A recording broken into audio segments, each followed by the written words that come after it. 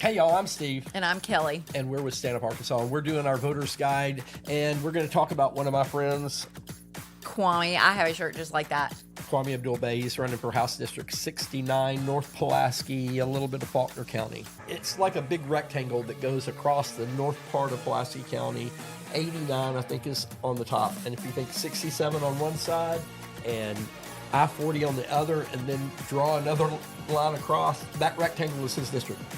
Except for Florida, which is like this little peninsula that comes down the left corner, and it has a point, and his opponent... Is that where his opponent lives? David Ray lives in the point of... Gerrymandering at its finest. District.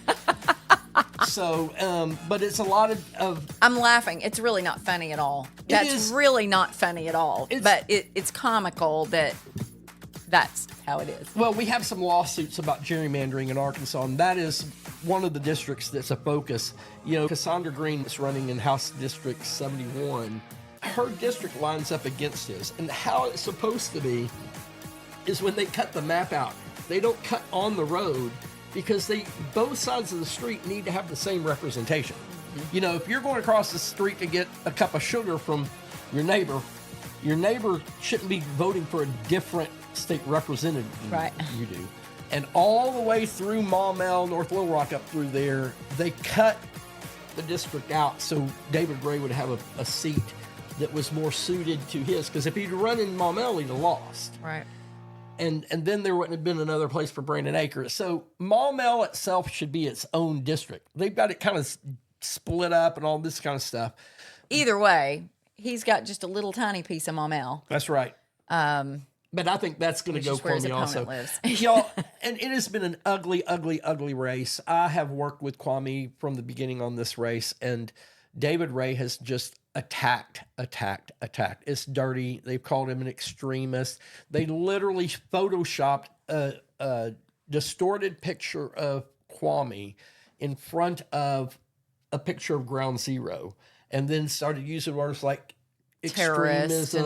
Well, I don't know if they used the word terrorist on that one, but extremism. It certainly implied it. It absolutely implied that he was a terrorist. So much so that a guy threatened to kill him. They're not fighting fair in this case. After somebody threatened to kill him, Kwami just said, I call on my opponent to condemn this or like call for an end of this. And David Ray responded by, it's probably a hoax. He probably didn't do it. It probably didn't happen. They're probably making it up. Kwami is running to beat him. Kwami has gotten out there and like 6,000 doors he's touched in this election.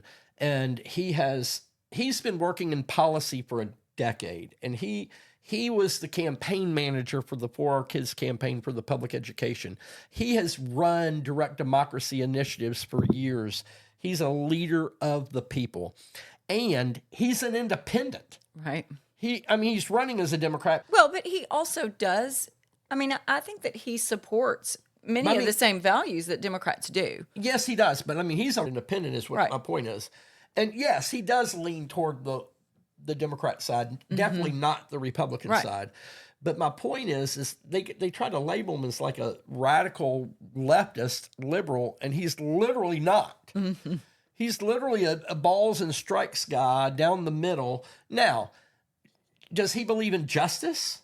Does he fight for justice? Absolutely. That's one of the reasons I stand right by his side.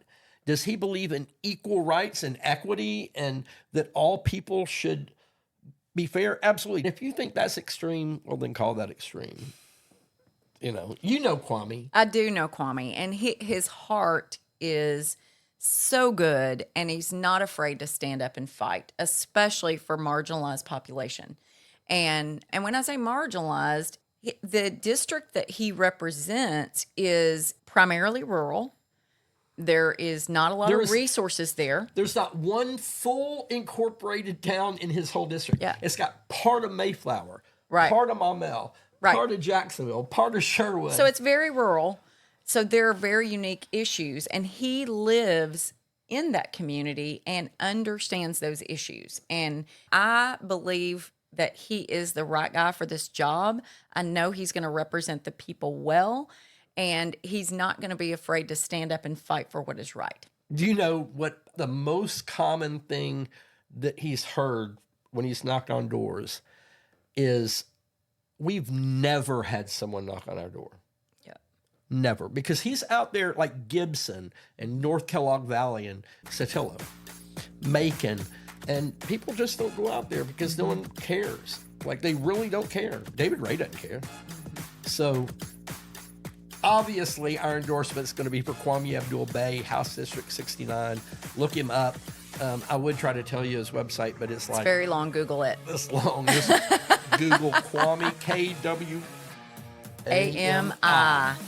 And if you just look him up, get to know him, listen to him, you'll know that he is right down the middle and you'll like him. So. Yep. We're close. So just a couple more days to get the word out. So please share this. Please tell your friends to vote for Kwami. Please share with anybody that you know in that community. And let's get Kwami elected.